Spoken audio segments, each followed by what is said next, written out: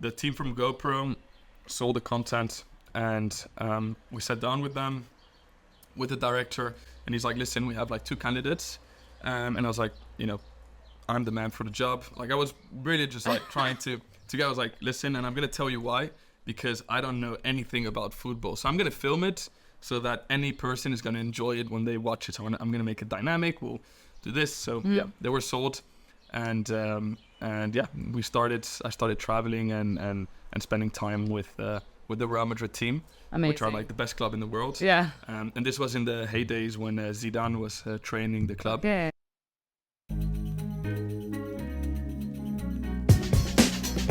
Real people, real stories, and real challenges that break the status quo. I'm your host, Živile, and welcome to Perception Paradox.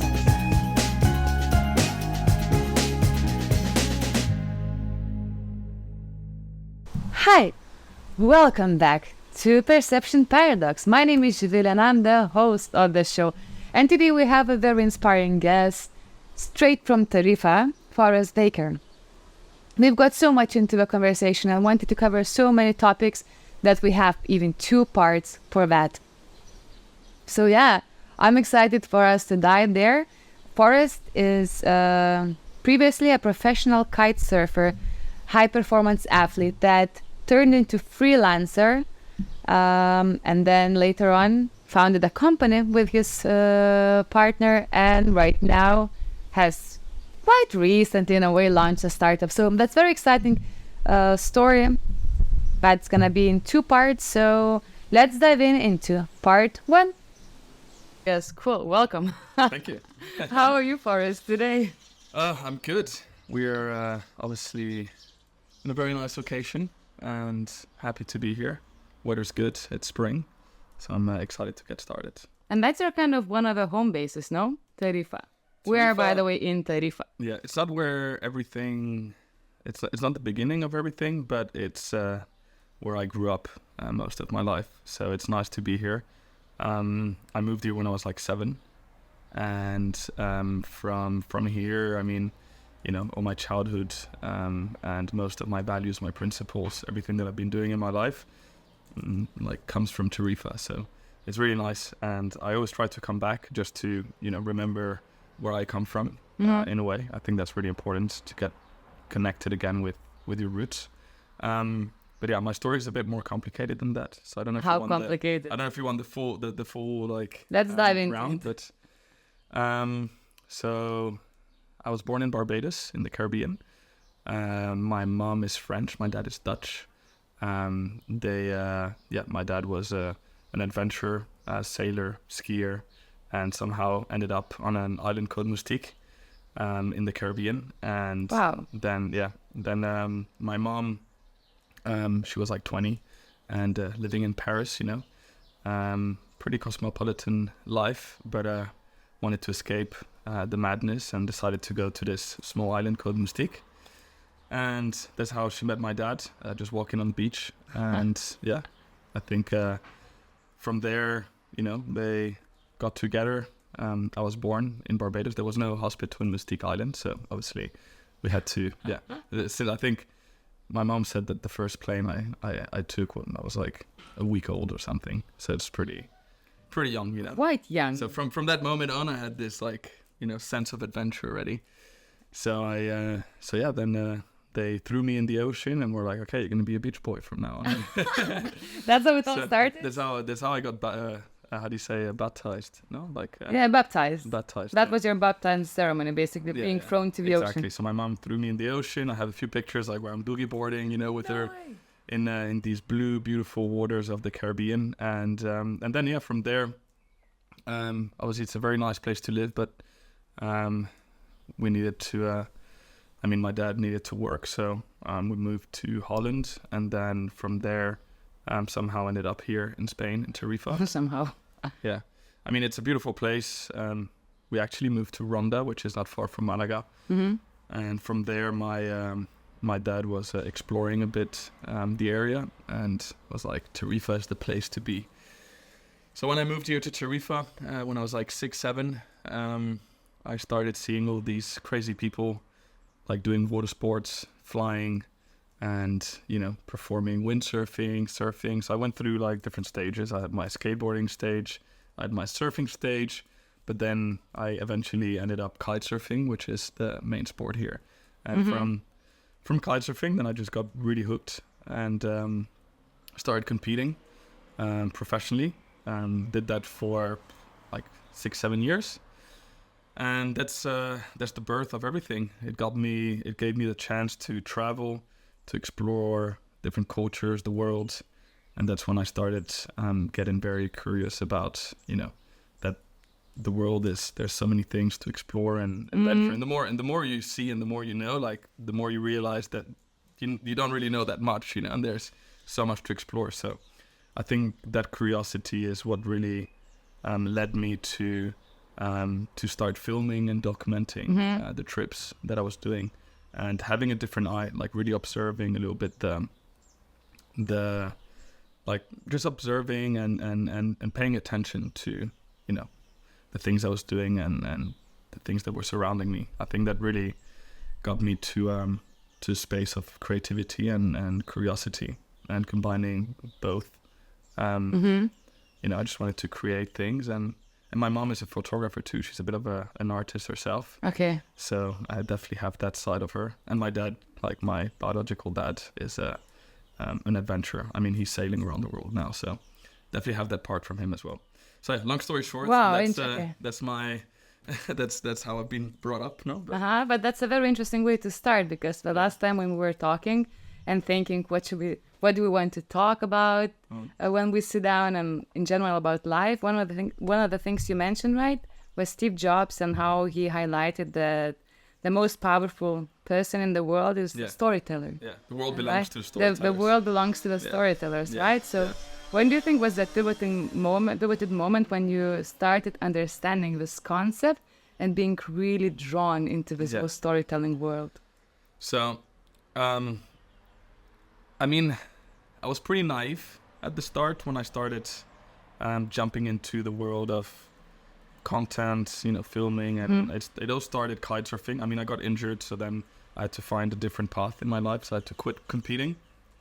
And pretty soon like all the experiences you live, I really like just sitting down with my family, my friends, and just, telling them a little bit the things I've been doing and living. And I think that's when my sense of being a storyteller started, brewing in me. But it's not until later when I really, thought that there's maybe something more to discover and how I can actually help brands and other people tell their stories, that I dove a bit deeper into, the concept of storytelling and how to build a story and the frameworks, and then, obviously learning more about Steve Jobs and about other big storytellers and how, they've inspired the world and people around them. I think storytelling is, like we're talking about, we are hardwired to stories, right? It's like I think it's the oldest form of communication there is. Like people back then had to like draw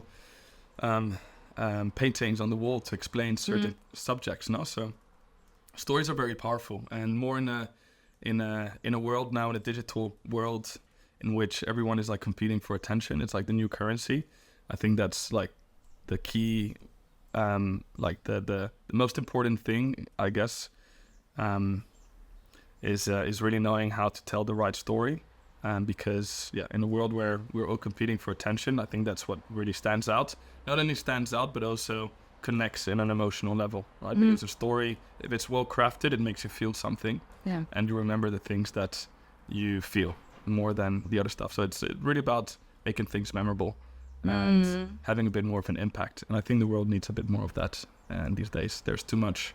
I call it like crack cocaine of content, right? We're all on TikTok and on Instagram. It's a lot of noise. And I think, for when I started kitesurfing and when I started like making videos and stepping a bit more into branding and how to create brands or stories for brands, I used to watch these 1 hour long surfing or snowboarding documentaries.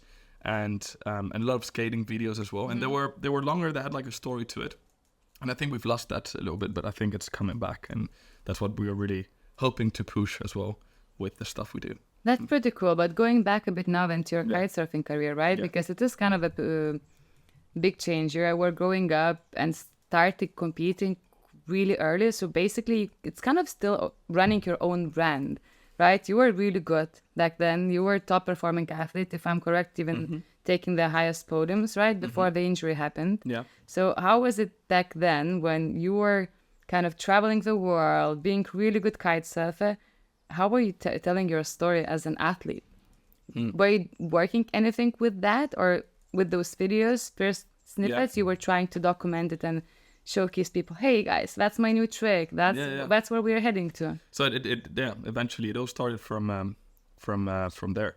I had this urge to create, but then it was an added value for my sponsors to be able to show a little bit what I was doing. So I started documenting everything, and also, you know, this was at the start of, I mean, YouTube existed already, but it was at the start of like blogging and when people were creating content for Instagram. Yeah. And I was really just trying to, you know, show the world the new tricks that I was putting off, like you said. And I think it also comes from analyzing a little bit, you know, our movements, what we were doing. And then in a way, it's also like showing off a little bit, you know, like you have this really cool trip and you just want to show the world like that you had an amazing time.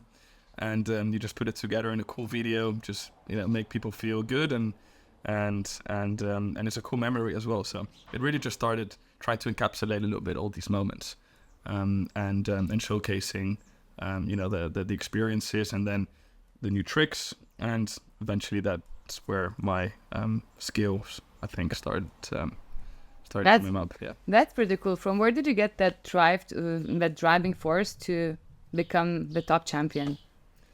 Yeah,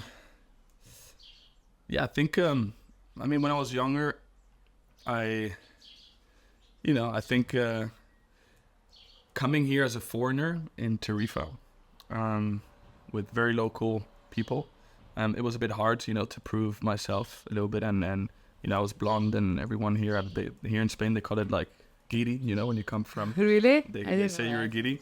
So obviously I felt like a need that's cool and stuff, just to prove myself. And I think that's where I started building that sense of, you know, not confidence, but trying to show a little bit, you know, what I'm capable of, and that I'm more. I think it comes a bit from there, like trying to prove myself that I'm worthy of more. I probably was a bit bullied as well in school, but you know, as you are, if you're a foreigner and you come to a space like this, so for me it was a way just to, you know, show the world like I'm doing something with my life. And yeah, then I think my dad, my mom also like really, you know, really helped me in this whole process. So yeah, it's nice once someone believes in you, and once you have a sponsor that is like taking care of you and a partner, then you really want to just try to prove that you're capable of delivering, you know. So that's where it all started.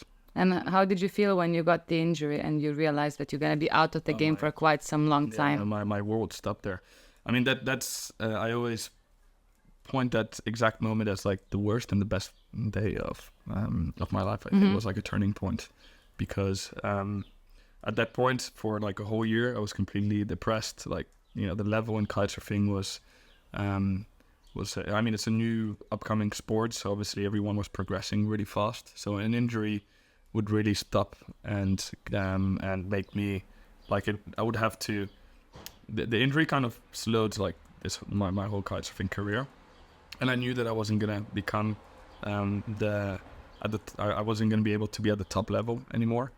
So I had to change my mindset and look elsewhere. And I think that's where, you know, the same drive I was using as an athlete to compete, I kind of brought that to filmmaking and to creating content, and then that kind of like kickstarted, you know, my company LightBros, which I never really expected it to get to this point where I'm at now. But yeah, I think it was like a shift in my life, and yeah, sometimes it's really, you know, if something like that happens, it's about trying to make the most out of it.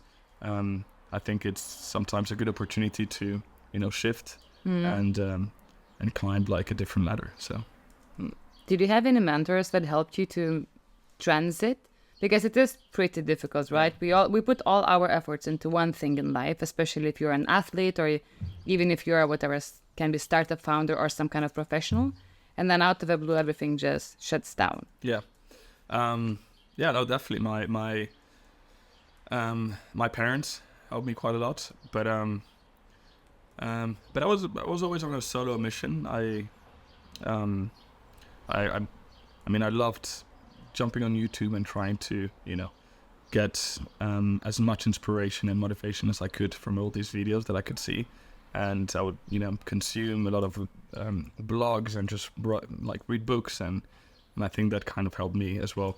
And also like jumping into this void without really knowing and being naive. I think that's also like a way of starting, like it's sometimes if you're like, I've seen this like countless times. If you're naive, then it's easier for you to take risks, and then once you're in it, then there's no turning back. So you have to, so you just have to persist and go. And I think that like I brought that sense with me from being an athlete, and I brought that to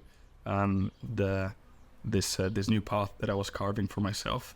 So this like determination, and I wasn't the most disciplined because I was still young. Yeah, I loved having a good time with my friends and going out, but still, I really wanted to prove that I could make this happen.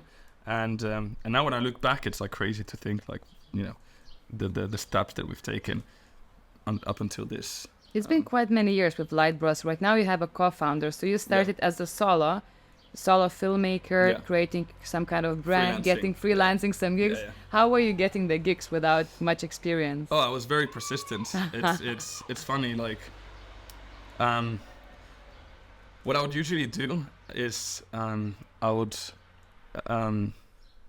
write them an email and I would just explain them why I believe that whatever we're gonna do is important, and I was always trying to give more than what I could get back at the start. So sometimes I would do projects for free, just to get in the circle, and also like trying to at the start. For example, I remember this instant where I was selling like I was doing like usually camera work and videos, and then one of my clients back then wanted an animated video. Okay, so this involved like using After Effects and other platforms, and I had no idea how to do an animated video. But I said yes, I committed to it. I said yes. I was like, yeah, sure, I'll do it. I needed the money. I had like nothing. I was trying to hustle. Yeah. So literally that's how I've been learning, like just being super determined and confident and saying yes to things that I know that I'm maybe not capable of doing.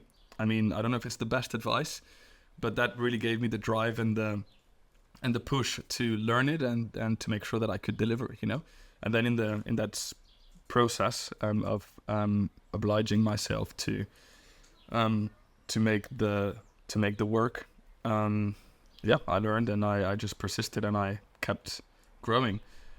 I stopped studying when I was like 16, so this has really been my. I mean, I've never stopped studying. I'm always like learning. I'm officially in a school, and then when I was 21, 22, then I did a film direction course in Madrid, and that really helped me as well, just to understand the industry a little bit.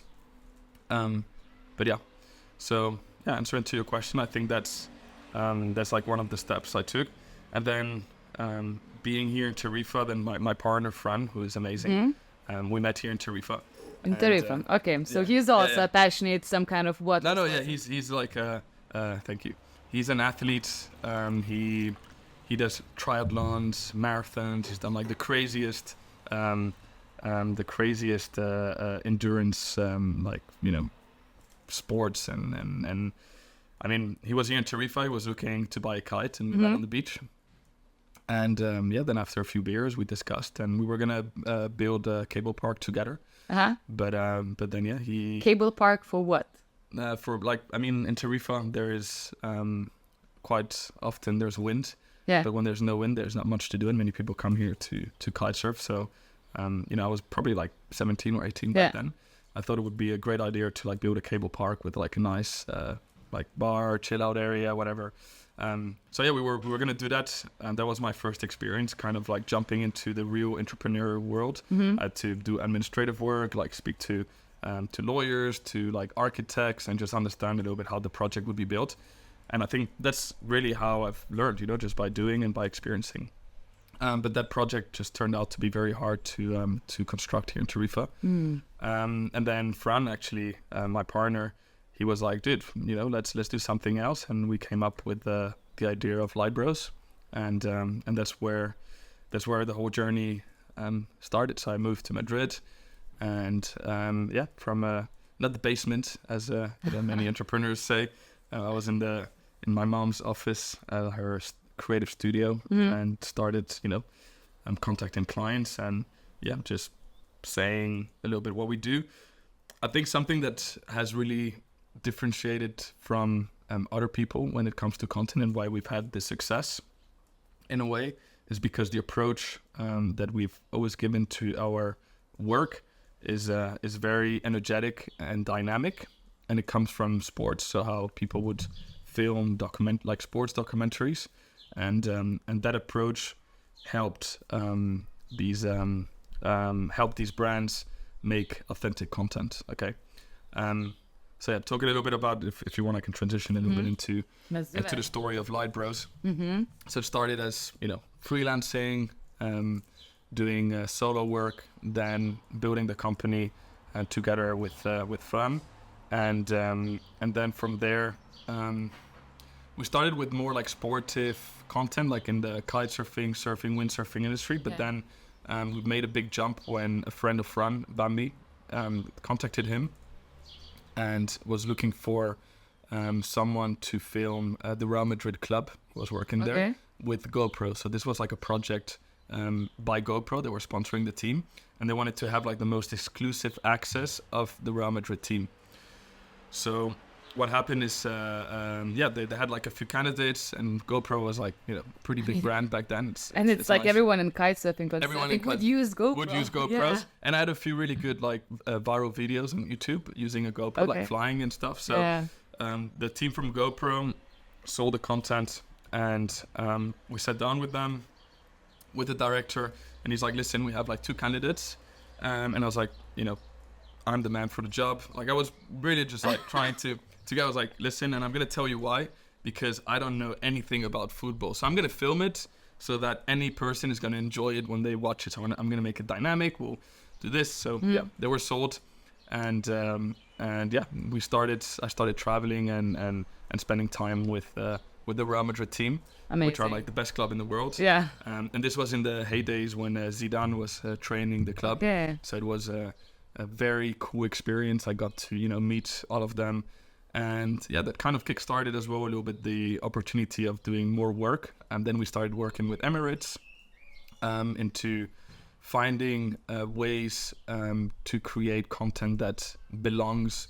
So basically our approach is, all right, well, let me go a bit back. I think the way we usually approach it, so when we were filming for GoPro, it was everything was very authentic. It was just happening as we didn't have to change anything, like just setting up the cameras where we had to set them up. You were filming both with Fran, or you had some also? No, Fran was more on the operational side. So he was like, helping with the administrative work. And I was doing the creation, the production. And then Fran, after like 3-4 years of the company running, then he jumped on board as well. And then that's when the company actually started growing a lot. But before that, so the approach, like, this is how we found our unique value proposition. I think it's interesting as well, because it really comes from the days when, we were traveling and we were creating content from a real experience. And not so many production companies and people were actually doing this. It's more like a documentary way of filming and creating content. But we were bringing this to brands. So, for example, Emirates, they are sponsoring the club of Real Madrid.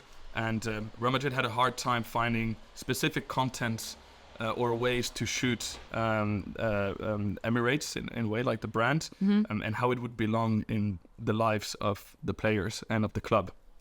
And when we're traveling with them, we would just set up like the GoPros in the plane, whilst they were just doing their day-to-day life. And it was just the best piece of advertising you could have, because it's literally them enjoying the flight, you know? Yeah.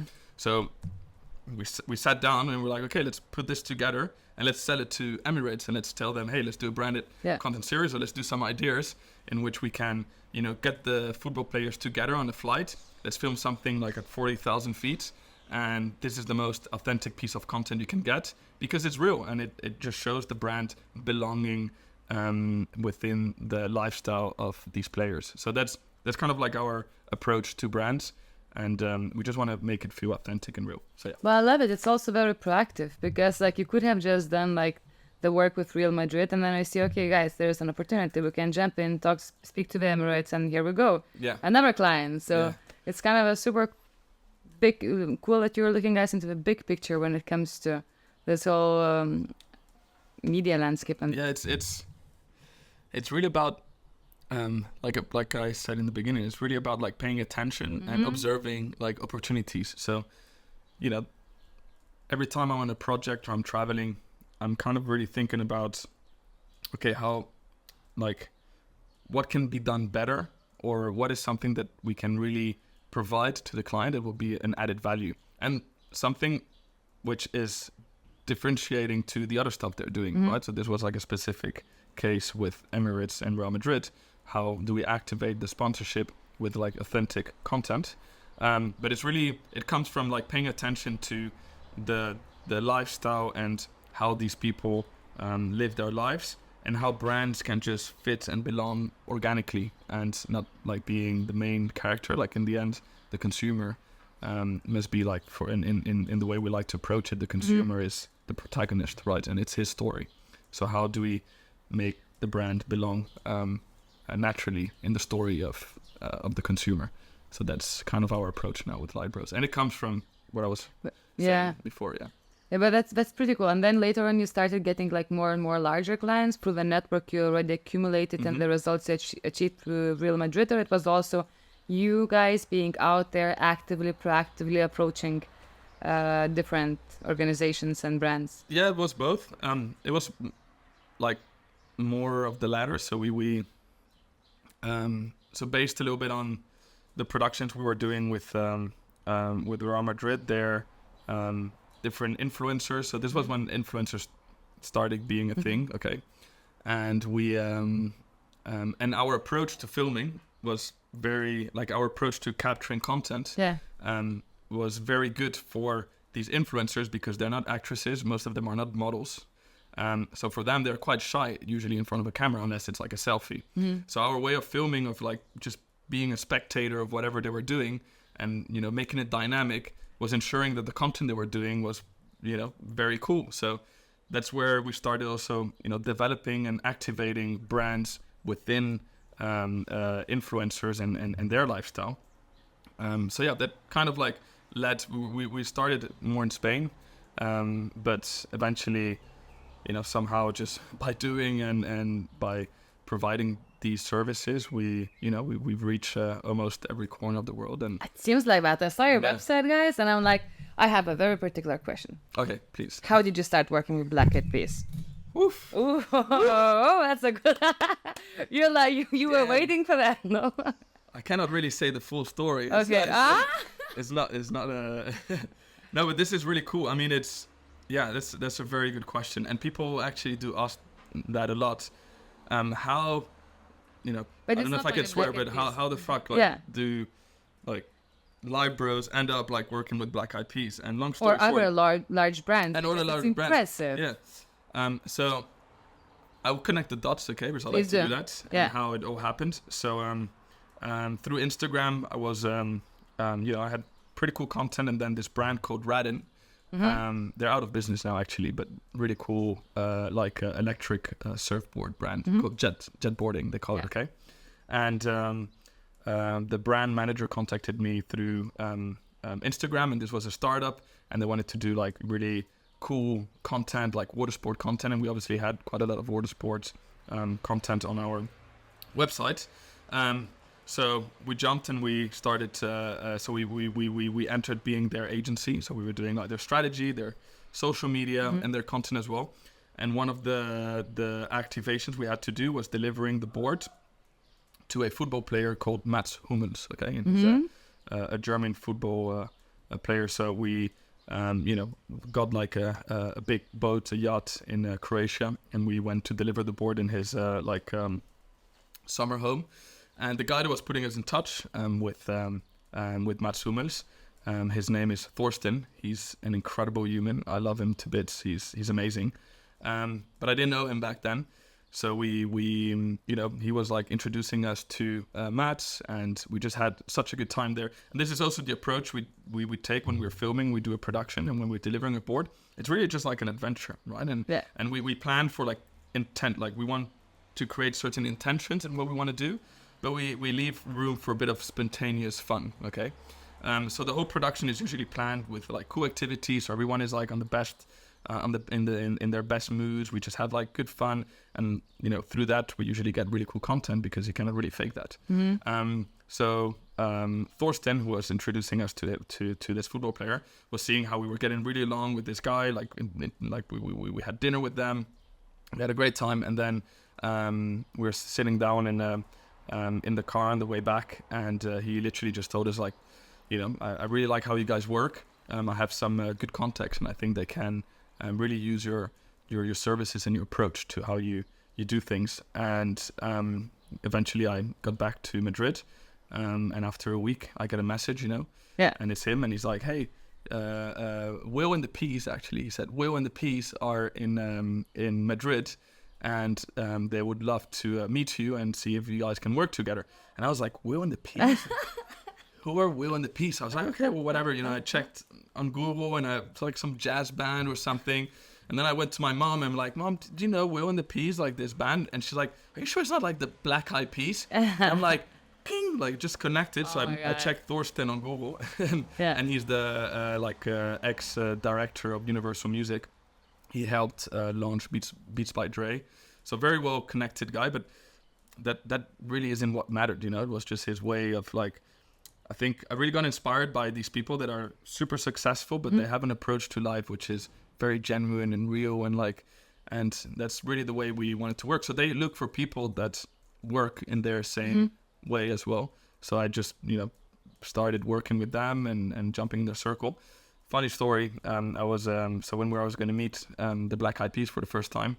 But by then I already met some of the best football players in the world and all that, but like the Black Eyed Peas are like part of my childhood, so it's obviously like, wow, this is like a big thing, So I was in Tarifa, and the manager emailed me, and he's like, hey, let's have dinner, the two of us in Madrid. So I was here in Tarifa by that time, so I take a train up to Madrid, open Wikipedia, and I'm like just searching Black Eyed Peas, like what they've done, and obviously I know, but I just wanted to get a bit more information and be prepared.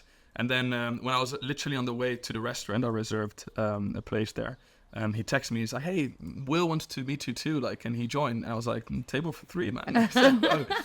So yeah, he came. We sat down around the table and just started speaking. I was like, listen, having a proper content strategy, because they wanted to kind of reincarnate a little bit.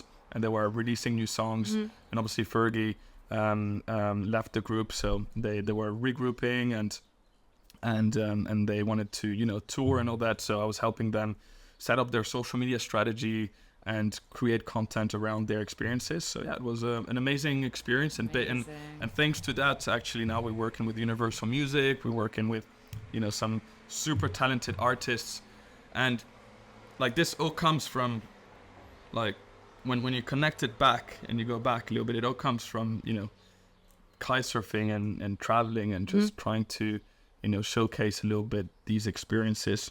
And I mean, for me, it's like crazy to like look back and how that approach has led us to where we are today, working with industries that are completely different, but the way we execute and the way we approach it is the same. So that's really our core. That's incredible. That's very unique. It seems like you have a sense of adventure and like focus on this experience. And what I like a lot in the startup scene, and not only the startup scene, that there are organizations that are let's make business human again. Let's humanize things rather than just selling things. That's the open, vulnerable kind. And that's really a rare thing nowadays in the global society. Everyone is just like trying to be fake and showing the best versions of themselves rather than just opening up. And yeah, we've done this great, but that's where we failed. And we're all same. I have a concept for that because, we're obviously very involved in AI now. And I think everything is going to be, like, not everything, but a lot is going to be generated. And we obviously use it a lot in our day-to-day.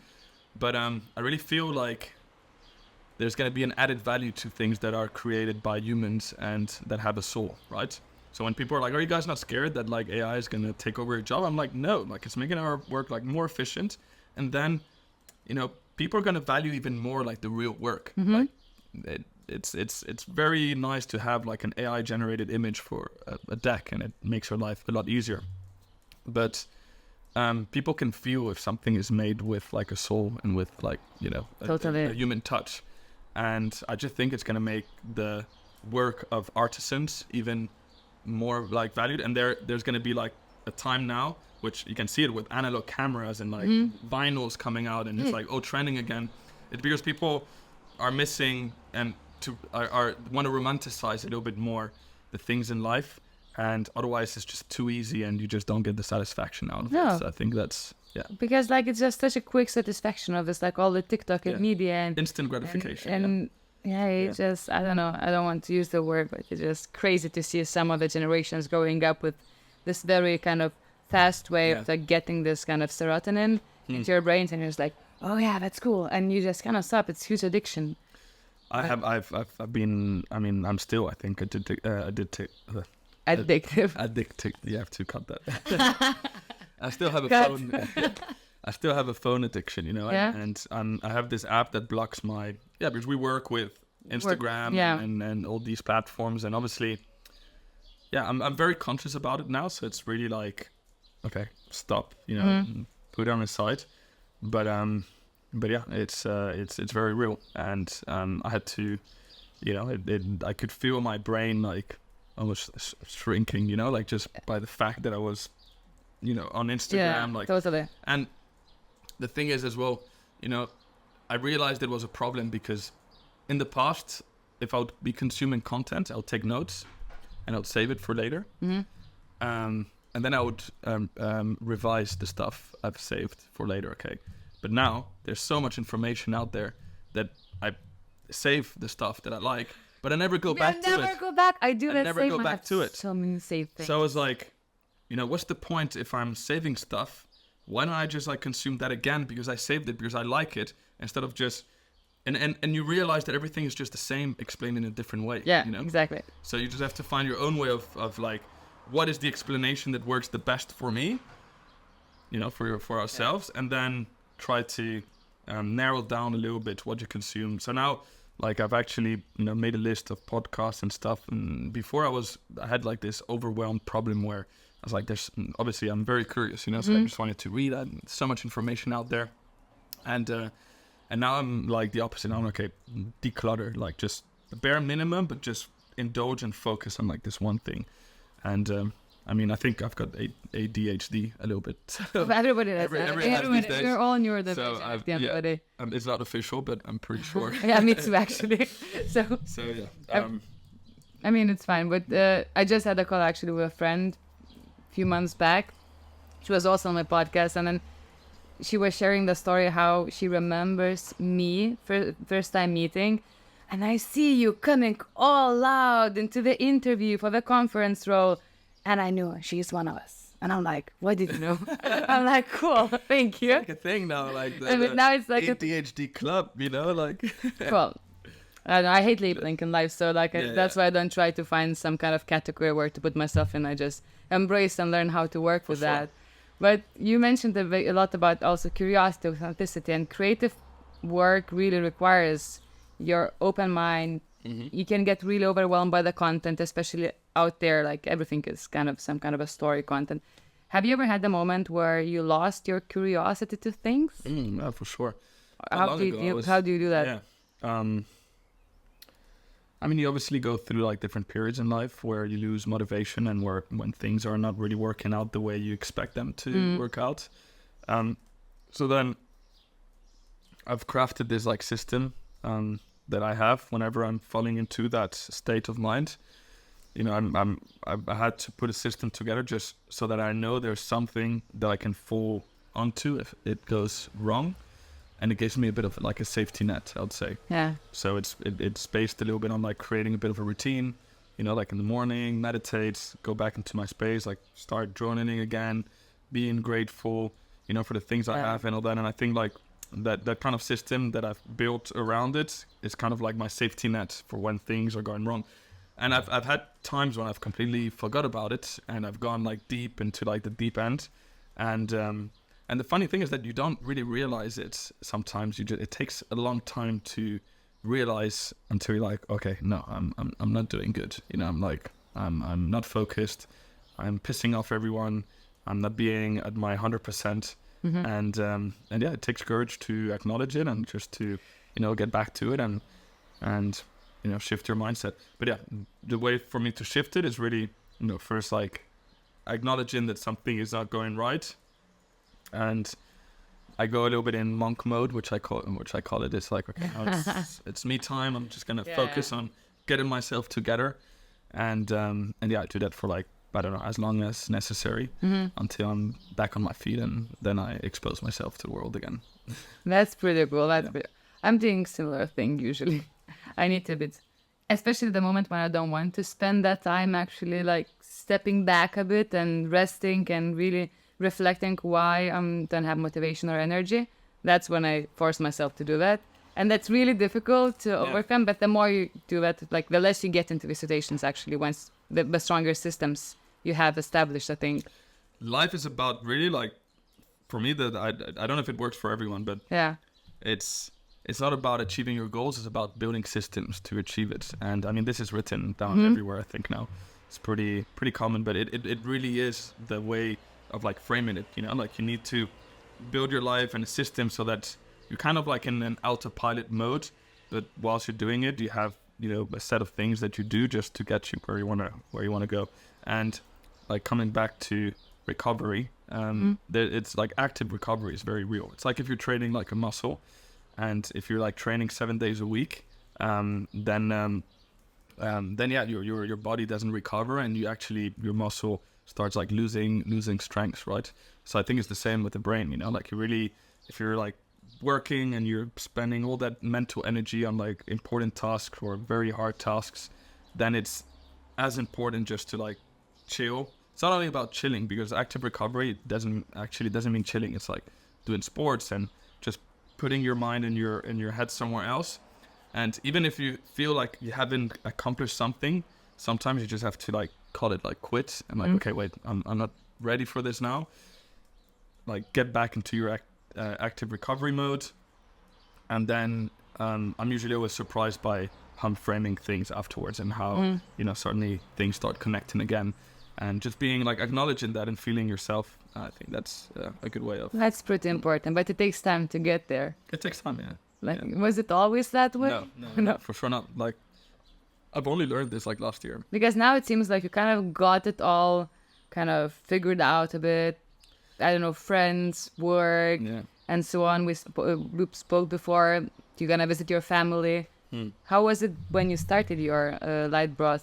It was a mess. Career. It was very. I mean, it wasn't easy because it was quite lonely in a way, and I was really just, you know, loading all that. I wasn't really speaking to a lot of people, so I was keeping like all that for myself. It was very hard for me to open up to people, like, and I think I was almost like depressed at some point, you know. And I mean, it's normal, like we all go through that, but yeah, I was trying to understand myself a bit more, but I was prioritizing too much the work, and I really didn't have any life balance. It was, you know, I didn't really have contact with my family. Then I haven't like really built a relationship with anyone, and you know, like some friends were pissed off, and you know, it was just a bit messy. And then somehow I figured out, okay, you know, like life is really just like a how do you say, like a ball, or can we call it it's like a bow, and it needs to, every corner needs to be super polished, and it needs to roll nicely and smoothly in harmony rather than just exactly. It's a harmony. So like that's how I figured out, like every point, like family, work, like life, all that just needs to be super polished in a way, so that everything can roll nicely. Because otherwise, if one edge is not going well, then everything else kind of tumbles. But that's really interesting what you were saying, because when I was about to say when I was growing up, but like also at the beginning of the career, like while I was in university, started working, trying to create stuff, to figure out my why, which is I think it's an ongoing process my whole life. Ikigai and so on. Anyway, but I really put so much time and hours into work, exhausting myself. I would always find time for like some extreme sports or anything, but I was just working all the time. Family, friends, relationship, I did not really prioritize that. And I'm like, now it has changed a lot. It shifted my priorities, my values did not change, but maybe I just prioritized some of the values more up. But I'm always questioning, if I would have done that different way, right? Would have I achieved or reached the results I've achieved by now, And I'm always have this question, so I'm curious, what do you think? Yeah. No, I think we need to go through that. We need to go through that. I think we need to go through that. I think that's the important part of, evolution. And it is like, I'm very grateful, especially with my stepdad, like he's been a very important figure in my life, and my partner too, and all that. But, when things were going, when things weren't going really the way they're supposed to go, and when I wasn't great with my family, because I always thought, and this is something that I had to change, that my work was more important than anything else, right? And it was like my work of above everything, And if my family would understand, like, hey, leave your phone, let's have lunch, and it's like I'm working, like I would always think that would be like the most important thing, until I realized that it's not, like you need these moments. But he's kind of like my stepdad has kind of let me go through that process, which without really. He would give like the necessary tips just so I could have like little moments of realization. But I think it's an important way of growing, is really you have to go through that to understand it. Otherwise, you can read books about it, but it's not going to resonate with you if you haven't gone through it. And that's why when you're reading a book and you always have these aha moments, the aha moments comes from like an experience that you have lived, and how that experience later is reflected on something that's written. That's why sometimes it's like, oh yeah, of course I know this, But it's a way of like, okay, yeah, I'm telling you the things you've experienced, and this is how you're framing it, and this is how you can, take the next step. So yeah, I think it's evolution. It's important. I don't regret anything that I've done in a way, and I think that's an important part of who we are, is really, these moments that we shape and that we go through. Like I've had my injury, it's learned me like an important lesson. And, I've had countless, like I'm sure I've disappointed a lot of people, and now, I understand why. And I think it's really about understanding the reason. And yeah. I like to ask myself, okay, so if I'm going to do this, or if I'm not going to do this, am I going to regret that or not? That came out of one of a trip with some friends into the mountains, and then we started sharing, do you have any regrets in life? Yeah. And then people started sharing some life, for example, missing on some kind of life activities or some kind of work opportunities. And I'm like, it became my tradition. If something I'm doubting about, I'm like, is it going to be a regret, or I should just go for it? It really helps me now a lot, like literally. I love that. I think Guy Ritchie said this actually on a podcast with Joe Rogan, but in the end, you really have to, like, in a way, my life and how I've been, seeing it is almost like a movie, right? And I've done the naughty stuff that I wanted to do.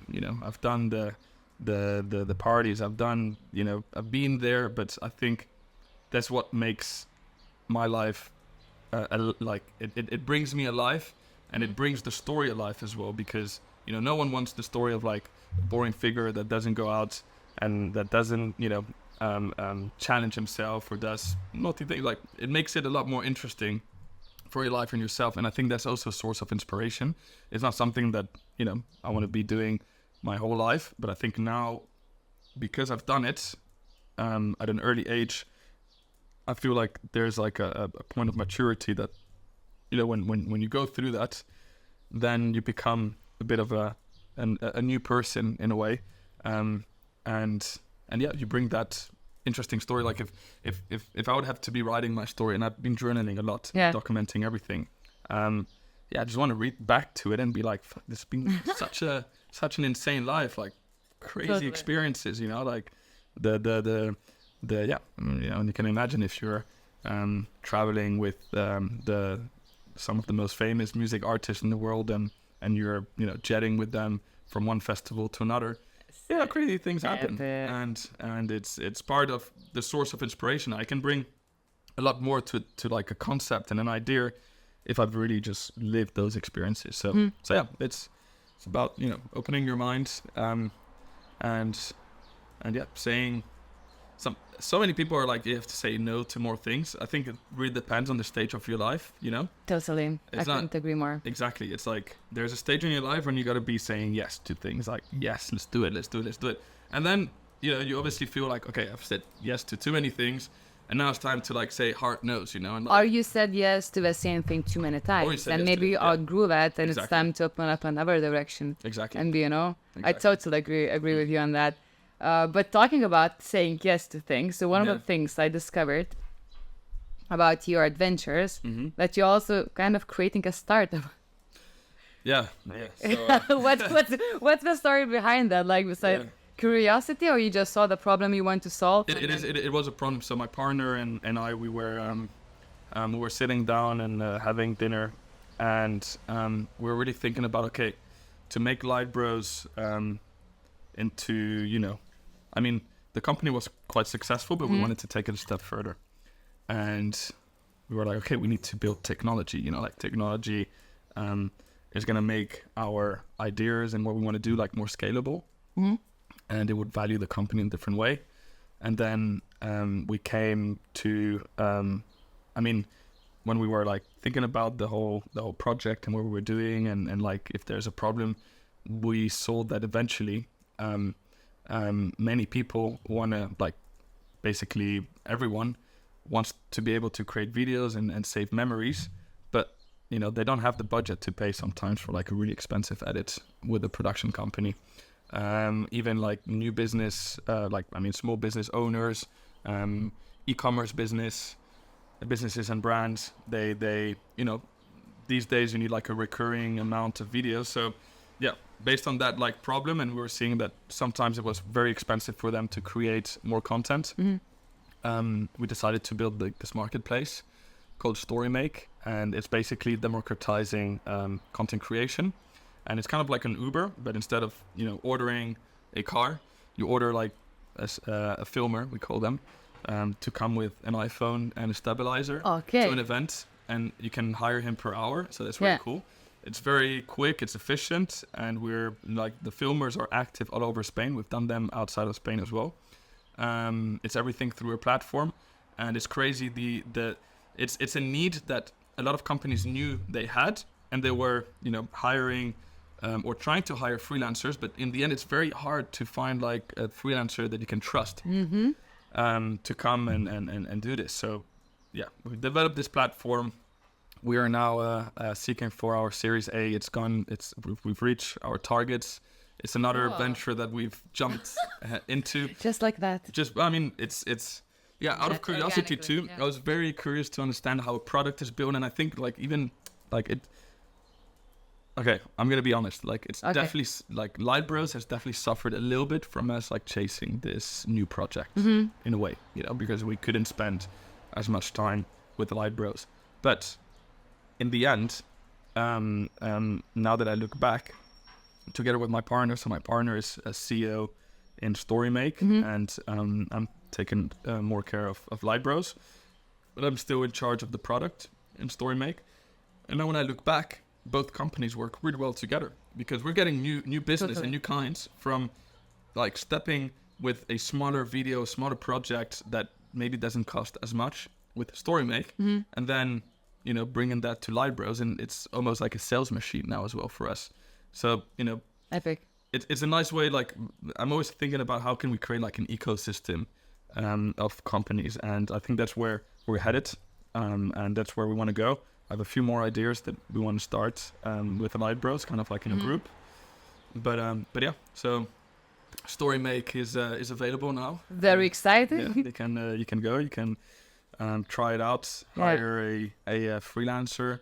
They'll come with like their sweater, you know, it's like a filmer, and they'll make an awesome video with an iPhone. And okay, just like that. Can I become a video maker? You can become. On your platform? It's a rigorous process, so we actually have like some tests and stuff. So have some tests. It's a lightly managed marketplace, we call it. So it's not like a. Is it automated, or you have also humans behind who are doing the screening if someone is eligible to join the marketplace as a? No. Now it's all like we have someone that's like, you know, one by one, like choosing. Validation kind of verification. Yeah, they have to validate and it's actually a lot more manual now, because that's something with the startup that we really wanted to do, is like have a sense and feel of like what's happening. So even though we could optimize like accepting the people on the platform, we really want to go and like, you know, understand the numbers, understand like how it's built, and I think that really gives us like a sense of control a little bit over, you know, what the customers and what the people actually want. But yeah, I mean. Cool. It's crazy that we started. Yeah, I don't know how. Yeah, it's just happened, and we've suffered a lot. Like our life, like the first people we hired, and then like how it's built and how. How many people you have now? In StoryMake, I think we're like 15. 15, yeah. And when did you start building it? Like 2 years ago. And you already raised the first round. Yeah, we raised 2 rounds already, and now we're going for. So it's you raised already pre-seed and seed. Yeah. So now you're going for Series A. That's amazing. Yeah. Well done. Yeah. How does it, because it's completely different ball game now. So how did it feel to shift the attention to the fundraising and becoming a startup founder? Yeah. So fundraising is done mostly by my 2 partners, by Jaime, who is Chief Operational Officer. He comes from TikTok. Okay. Cool. He's my flatmate too. No way. That's a very good story. That's a very cool story. Yeah, I like good stories. Yeah.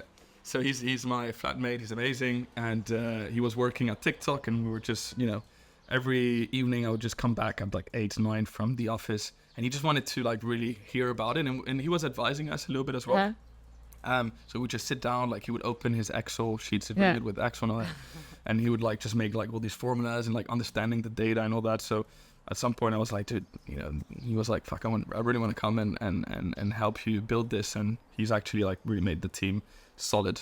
And then Fran, he's like more in the investor relationship and making everyone happy and just making sure that everything is running smoothly. So yeah, it's very interesting. And so coming back to what you asked about, you know, the differences, it's very different. It's a different world. At some point I had to put the CTO hat, and I had to learn a little bit how to program. I'm very far from knowing, but just understanding how a system is built and like the architecture of like an app, and understanding the languages and just how everything connects. I think that's something that I'm super grateful to have now, because I can bring that, and not only that, but also like the growth, like a go-to-market plan, and like how do you do growth for such a startup. Something that now we bring in, and that's why we have like new clients in LightBros, like new startups. They come to us because we have the experience as well of how we've done it with that. So it really just all connects nicely, and this is something that we've seen that we've been doing extremely good with LightBros, is that since we've been working with all these different industries, we're also connecting like different worlds, right? So like music with Formula 1, you know, and how can we create a world in which, you know, we connect these 2 universes, and then we have like a sweet spot, and what are the ideas that we can do here that make things different. And there's so much like room to explore new ideas and new like interesting things. So yeah, I think it's love it. I mean, it's so inspiring always for me to sit down and talk to people and hear the stories where like when you're brave enough, no matter what, to take the leap and to leap of faith and just to go and try things and learn by doing. Have you ever experienced the imposter syndrome? Oh, how do you cope with it? Too many times. This is actually like one of the things that that I've been struggling the most with, because eventually, like long story short, many of the things I've done, I've never really been prepared or I've never studied for it. So you have, you know, like somehow have an imposter syndrome feeling, but then I think my determination kind of makes me want to understand and plan it like properly, you know, and how can I just, my team says that I'm really good at, you know, even if I don't know about a subject, I'm really good at, you know, just finding like something out of it that just suddenly just makes a lot of sense, you know. So I don't know how I do it, or I think it's based a little bit on everything that we've done, and just, you know, connecting different dots again. But yeah, imposter syndrome is very real. I've experienced it a lot last year, especially when I'm meeting with clients or with new prospects. But now I've completely shifted my mindset. I was always thinking that we're maybe not, like I started without having imposter syndrome. I was way too confident in my abilities. Yeah. And then like it just hit me like suddenly like 2 years ago, I think, where I was like, okay, now I'm like in a space, in a world that's, you know, I've taken a higher leap. We're working with bigger companies. We are, you know, like people really expect us to deliver. Yeah. And that's when that's when you need to hire people that know a lot more than you know, and that you really need to trust them. And I think that's something that we have on the team as well now. Very experienced people. We have a new managing partner as well that believed in the project and has joined us, Gonzala. And amazing strategic account managers, Camille, good production work as well. So I think you know, we all know this, but it's important to surround yourself with people that are smarter than you. So correct. Do you believe in serendipity? I think serendipity, just to understand, is like the perfect balance, no, between things, no. And also how things sometimes come your way, right? I think it comes with, it's the same as luck in a way. I think it really comes from exposing yourself to where you want to be, and that's when things usually connect, and you know, being aware, paying attention and observing, and just trying to understand as well what you're seeing, what you're understanding. And once you have that, then things usually just flow naturally. And I think that's, you know, the birth of cool of things that, you know, really happen in a cool and a authentic and genuine way. So I think I do believe in serendipity, but I believe that it's also something that, you know, it doesn't come out of nowhere. It's the flow of nature, you know. That's why we have a lot of great nature behind us. We have Alfie somewhere there, a really nice horse running around or eating around. But I think with the soul serendipity is a very nice way actually to end it. From aim to go more from a brand story, we moved more into the personal storytelling, which I think ended up really nicely. But I would like to ask you one final question. What would be maybe a thought you would like to share with the audience, with the listeners, that people can ponder, and maybe, I don't know, it can inspire them to take the action, or it can inspire to someone once said, life is like a box of chocolates. Ooh. You never know what you're gonna get in it, you know.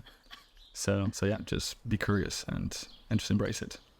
Amazing. Forest, thank you for coming to Perception Paradox. Should we have part 2 soon? I think so too. We need part 2. Exactly what I had in my mind. Part 2. Let's wait for your Series A, and then we sit down, we touch base more and discuss even more in depth. Yeah. Happy to bring people from my team as well. Amazing. And stuff on board. So we just make then basically LightBros podcast edition or what? No, this is cool. I'm happy to be here and to share a bit of my story, and I think that, you know, hopefully it can inspire whoever's listening. To, you know, to go out there and create something for their own. So amazing. Thank you. Bye. Ciao. That's nice, no? Yeah, Was it good? Was it not like a bit messy? No, I think I love